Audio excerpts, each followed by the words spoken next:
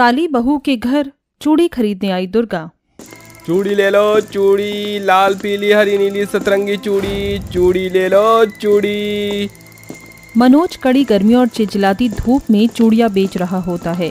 उसका पूरा शरीर पसीने से तर था। हे भगवान, आधा दिन बीत गया, अब तक चूड़ियों की बोनी तक भी नहीं हुई। पहले तो मेरी चूड़ियां हाथों हाथ बिक जाया करती थी, मगर जब से नए ज़माने में शिफॉन की चूड़ी और मेटल की चूड़ी क्या आ गई, उसने हम गरीब मनिहारों से रोज़ी रोटी कमाने का जरिया ही छीन लिया है। ये चूड़ियाँ बेचकर ही तो मेरे घर की रोज़ी रोटी चलती है। जाने आज मुझ गरीब के घर चूल्हा जलेगा कैसे। सारा दिन पसीना बहाकर भी मनोज की एक भी चूड़ी नहीं बिकती और शाम ढलता देख वो घर आने लगता है। तभी तेजी में आ रही गाड़ी उस गरीब चूड़ी वाले को मारकर आगे बढ़ जाती है, तो वहीं दूसरी तरफ कुमकुम के हाथों में सिंदूर का डिब्बा जमीन पर बिखर जाता है। हे माँ दुर्गा, ये कैसा अपशगुन है, मेरी सुहाग की रक्षा करना माँ। तभी गांव का एक व्यक्ति भागता हुआ उन्हें खबर दे जाता है। कुमकुम अपनी सास और ननद के साथ अस्पताल आती है। डॉक्टर साहब, कैसा है मेरा बेटा? देखिए, इनका एक्सीडेंट बहुत ही बुरी तरह से हुआ था, जिससे इनकी रीढ़ की हड्डियां टूट गई हैं और उनके पैरों की जान भी चली गई है। अब वो सारी जिंदगी ऐसे ही रहेंगे। ये सुनकर उर्मी कुमकुम को कोसते हुए कहती है, पड़ गई तुम्हारी कलेजे को ठंडक भाभी, आज तुम्हारे कारण मनोज भैया मौत के मुंह में है। ननद जी, ये आप क्या कह रही हो? मनोज मेरे पति हैं। माँ जी, क्या आपको भी यही लगता है कि मनोज जी के इस हालत की जिम्मेदार मैं हूँ? हाँ, मेरी उर्मी बिल्कुल ठीक कह रही है। जब से तेरे काले कदम इस घर में क्या पड़े, मेरे हंसते खेलते परिवार की खुशियाँ खाक में मिल गई। मेरी ही अकल पर पत्थर पड़ गए थे जो मैंने तुझ जैसी काली कलोटी अपशगनी को अपने घर की बहू बनाया। अपनी सास और ननंद के तीखे ताने सुनकर लाचार बहू फूट फूट कर रोती है। मनोज के साथ हुई बुरी दुर्घटना के बाद उनके घर में दाने दाने के लाले पड़ जाते हैं। माँ जी, घर में राशन का एक भी दाना नहीं है, क्या बनाऊं? कोयले की राख बना दे। अरे बहू, तो घर की लक्ष्मी होती है, मगर तू तो कुलक्षणी है, कुलक्षणी। तेरे कारण आज मेरे घर में राशन के एक एक दाने के लिए छकना पड़ रहा है। गरीबी और आर्थिक तंगी से कौशल्या की आंखों में अब कुमकुम का काला रंग खटकने लगता है, जिस कारण कौशल्या काली बहू को खूब खरी खोटी सुनाती। कुमकुम माँ दुर्गा के सामने अपना दुखड़ा सुनाया करती। हे दुर्गा माँ, मेरी आंखों के सामने मेरा परिवार दाने दाने के लिए तरस रहा है और मैं गरीब लाचार बहू कुछ नहीं कर पा रही। क्यों ना मैं चूड़ी बनाकर बेचूं? गृहस्थी चलाने के लिए गरीब काली बहू अगले दिन से चिलचिलाती कड़ी धूप में आंगन में बैठकर चूड़ियां बनाकर उन्हें बेचने के लिए भूखे प्यासे गर्मी में गांव-गांव सड़क सड़क भटकती है। चूड़ी ले लो चूड़ी, लाल पीली हरी नीली सतरंगी चूड़ी। अरे ओ चूड़ी वाली, क्या दाम है चूड़ियों का? 20 रुपए दर्जन है बहन जी। कौन सी चूड़ी दिखाऊं, ये लाल वाली, ये नीली वाली? अरे बस बस रहने दो, नहीं चाहिए मुझे तुम्हारी चूड़ियां, कच्ची चूड़ियों की इतनी कीमत। अरे इनके 20 रुपए दर्जन तो दूर, मैं तो इन टेढ़ी मेढ़ी चूड़ियों को 10 रुपए दर्जन में भी ना खरीदूं। हाँ, चलो उठाओ अपनी चूड़ी और निकलो। ऐसा कहकर कावेरी गरीब चूड़ी वाली को वहां से भगा देती है और सारा दिन कुमकुम कड़ी धूप में चिल्ला चिल्ला कर चूड़ी खरीदने के लिए बुलाहट लगाती है, मगर जिसके बाद थकार कर वो माँ दुर्गा के मंदिर की सीढ़ी पर आकर बैठ जाती है। तभी एक अधेड़ उम्र की औरत उस दुखियारी बहू की चूड़ियों का दाम पूछती है। बेटिया, ये चूड़ियाँ कैसे रुपए दर्जन दिए? 20 रुपए दर्जन है अम्मा। ठीक है, तो मुझे ये लाल वाली चूड़ी 2 दर्जन दे दो। गरीब बहू जल्दी से चूड़ी की गठरी खोलने लगती है। तभी बूढ़ी अम्मा हाथ आगे बढ़ा देती है। लो बेटिया, ये चूड़ी तुम ही पहना दो। कुमकुम बड़े प्यार से बूढ़ी अम्मा को लाल चूड़ियां पहना देती है। तभी आसमान में बरसाती बादल उमड़ने घुमड़ने लगते हैं और झमाझम बारिश शुरू हो जाती है। ये देखकर कुमकुम बूढ़ी अम्मा को अपने घर चलने का न्योता देती है। अम्मा, यहाँ पास ही में मेरा घर है, आप मेरे साथ चलिए, बारिश ज्यादा है। जैसे ही कुमकुम बूढ़ी अम्मा को अपने घर ले आती है, कौशल्या और उर्मी चिढ़कर उसे खींचकर ले जाकर बातें सुनाने लगते हैं। क्यों री कोयला खदान, तेरे भेजे में क्या भूसा भरा है? अरे यहाँ हम भूखे मर रहे हैं और तू इस बुढ़िया को घर ले आई। दरवाजे पर खड़ी बूढ़ी अम्मा ये सब कुछ सुनकर अंदर आकर कहती है, सुनो बहन, तुम्हारी बेचारी बहू की कोई गलती नहीं। असल में मेरा घर ढह गया है। मैं बस थोड़े ही दिन यहाँ रहूंगी और फिर चली जाऊंगी। कुछ ही पलों में बरसात थम जाती है और अगले ही दिन जोरों की गर्मी पड़ने लगती है। गरीब काली बहू उसी गर्मी और चिलचिलाती धूप में बिना अपनी परवाह किए पसीना बहाती हुई चूड़ियां बनाकर उसे आग की भट्टी में पकाती है। तभी बूढ़ी अम्मा कहती है, बेटी, तुम्हारी चूड़ियों की बनावट में जरा सी तिरछी है, इसकी गोलाई को निखारने की जरूरत है। ऐसा कहते हुए बूढ़ी अम्मा भरी गर्मी में गरीब बहू को चूड़ियां बनाना सिखाती है। कुछ ही दिनों में कुमकुम बूढ़ी अम्मा से पूरी तरह से घुल मिल जाती है और सुंदर चूड़ियां बनाना सीख जाती है। अब कुमकुम की अनोखी खूबसूरत चूड़ियों के कारण गांव की औरतें उससे चूड़ी खरीदने गर्मी में भी उसके घर खिंची चली आती हैं। देख गुलाबो, यही वाला घर है उस चूड़ी वाली का, कोई है अंदर? ऐसा कहकर सुरभि दरवाजा खटखटाती है। जी कहिए, हम चूड़ियां खरीदने आए हैं, अंदर आ जाइए। गरीब बहू की बनाई चमचमाती अनोखी चूड़ियों की बनावट देखकर गुलाबो और सुरभि दर्जनों चूड़ी खरीदती हैं। अरे सचमुच बहन, तुम्हारे हाथों में चूड़ी बनाने का बड़ा अद्भुत गुण बड़ा है। जी बहुत बहुत शुक्रिया। इसके बाद दोनों औरतें चूड़ियों का दाम देकर चली जाती हैं। अब धीरे धीरे गरीब बहू की चूड़ियों की प्रसिद्धि गांव से आगे जाकर हॉल्ट बाजार में भी छा जाती है, जिससे अब बाजार में मनिहार की चूड़ियां भी कुमकुम की चूड़ियों के आगे फीके पड़ जाती हैं और अब कुमकुम को अच्छी खासी कमाई भी होने लगती है। ये सब देखकर गरीब बहू माँ दुर्गा का धन्यवाद करने के लिए अपनी बनाई लाल चूड़ी लेकर मंदिर जाती है। माँ दुर्गा, आपने मुझ गरीब बहू की सुन ली और अपनी दया से मेरे दुख दूर करके मेरे दिन फेर दिए। मुझ गरीब बहू का ये छोटा सा भेंट स्वीकार कीजिए माँ। गरीब काली बहू खुशी के आंसू बहाते हुए माँ दुर्गा की मूर्ति को अपने हाथों से बनाई हुई लाल चूड़ियां पहनाने लगती है, मगर जैसे जैसे वो माँ दुर्गा की मूर्ति की हथेलियों में चूड़ियां पहनाती है, उतनी ही चूड़ियां बूढ़ी अम्मा की हथेलियों में भी आ जाती हैं। फिर जैसे ही कुमकुम बूढ़ी अम्मा के साथ घर जाने लगती है, तभी उसकी नजर बूढ़ी अम्मा की हथेलियों की पहनी हुई लाल चूड़ी पर गड़ जाती है। ये तो वही लाल चूड़ियां हैं जो मैंने माँ दुर्गा की मूर्ति को अर्पण किए थे। ये बूढ़ी अम्मा के हाथों में कैसे? इसके बाद कुमकुम बूढ़ी अम्मा के साथ घर चली आती है, जहां उर्मी गुस्से भरी नजर से कुमकुम को देखते हुए अपनी माँ को भड़काती है। लो आ गई माँ, कर लो रानी मटर गश्ती मारकर। क्यों री काली करम जली, कर लिया दर्शन, अब चलकर बर्तन मांज और कपड़े धो। कुमकुम जल्दी से आंगन के बिखरे बर्तनों का ढेर मांजने जाती है। आंगन की चारों तरफ कड़ी चिलचिलाती धूप के साथ साथ आग के जैसे लू चल रही थी, जिसे पल भर के भीतर ही काली बहू का पूरा शरीर गर्मी से पसीने पसीने में भीग कर तर हो जाता है। ये देखकर जैसे ही बूढ़ी अम्मा आसमान की तरफ ताकती है, धूप छांव में बदल जाती है और ठंडी ठंडी हवा चलने लगती है। उस रात बूढ़ी अम्मा कुमकुम से कहती है, आओ कुमकुम बिटिया, अपनी अम्मा के साथ खाना खा लो, क्या पता कल मैं कहाँ रहूं। क्यों बूढ़ी अम्मा, आप अपनी बिटिया को छोड़कर कहीं जा रही हैं क्या? कुमकुम के सवाल पर बूढ़ी अम्मा मौन हो जाती हैं। अगली सुबह जब कुमकुम उठती है तो बूढ़ी अम्मा उसे कहीं दिखाई नहीं देती। अम्मा, अम्मा कहाँ हो आप? ये अम्मा कहाँ चली गई?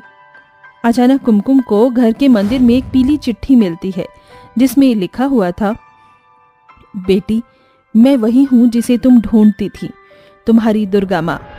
जब भी कोई दिन जान माँ दुर्गा को पुकारता है तो मुझे आना ही पड़ता है। तुम अपने हौसले को कभी मत छोड़ना और मेरे नाम से अपनी चूड़ी का व्यापार चलाना। मैं तुम्हें बड़ा प्रतिफल दूंगी और जब भी तुम अपने दिल में झांकोगी तो मुझे ही पाओगी। चिट्ठी पढ़कर कुमकुम फूट फूट कर रोते हुए कहती है, मैं बहुत खुशकिस्मत हूँ जो मेरे घर माँ दुर्गा चूड़ी खरीदने आई थी। आपके दर्शन पाकर मुझ गरीब बहू की जिंदगी धन्य हो गई माँ। इसके बाद गरीब बहू माँ दुर्गा के नाम से चूड़ियों की बड़ी दुकान खोल लेती है।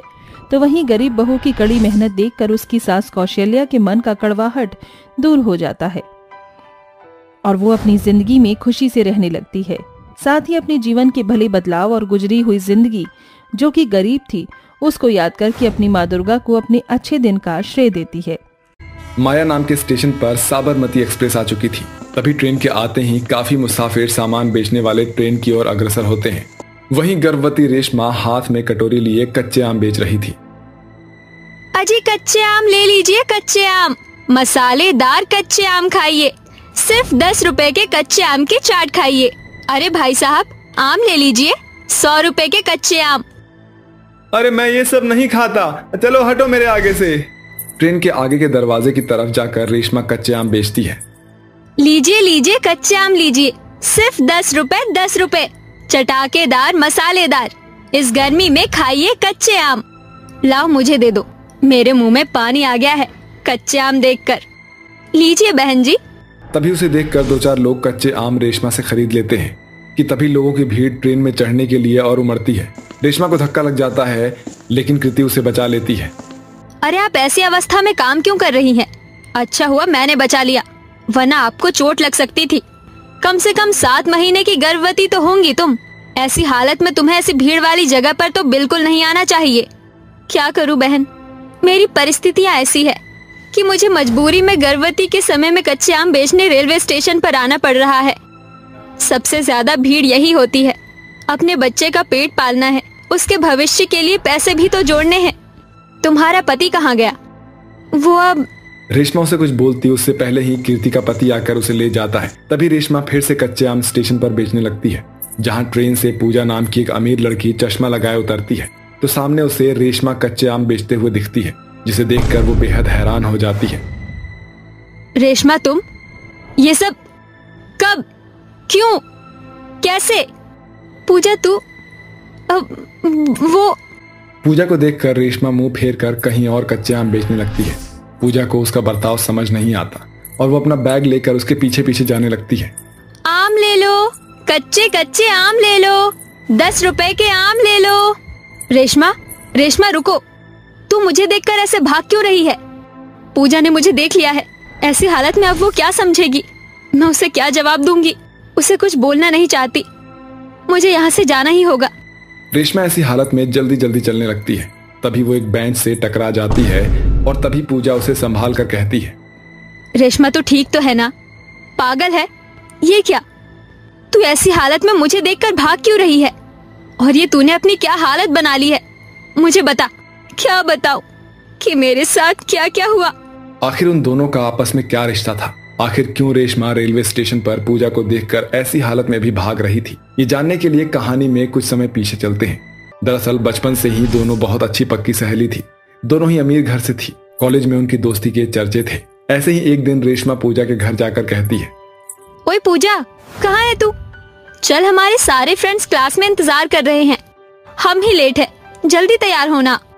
यार अभी तक मैं तैयार नहीं हुई, मुझे रेडी करना, अभी मेरे बाल भी कर्ल होने रहते हैं। जस्ट वेट अ सेकेंड, मैं तेरी हेल्प करती हूँ। और ये तूने कैसी ड्रेस पहनी है? मैं सिलेक्ट करती हूँ तेरी ड्रेस। तभी रेशमा पूजा के वार्डरोब से उसके लिए प्रेटी सी ड्रेस निकाल कर उसे देती है। फिर उसका मेकअप करती है, उसके बाल को कर्ल करती है, जिसके बाद दोनों तैयार हो जाती हैं और कार में बैठकर क्लब पहुंच जाते हैं, जहां वो ड्रिंक करते करते डांस करते हैं।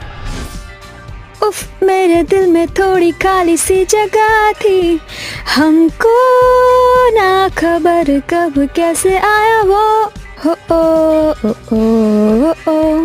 दिल से खुशबुस क्या फरमाया वो, ओ, ये दुनिया पित्तल दी, ये दुनिया पित्तल दी, ओ बेबी डॉल में सोने दी, ओ बेबी डॉल में सोने दी।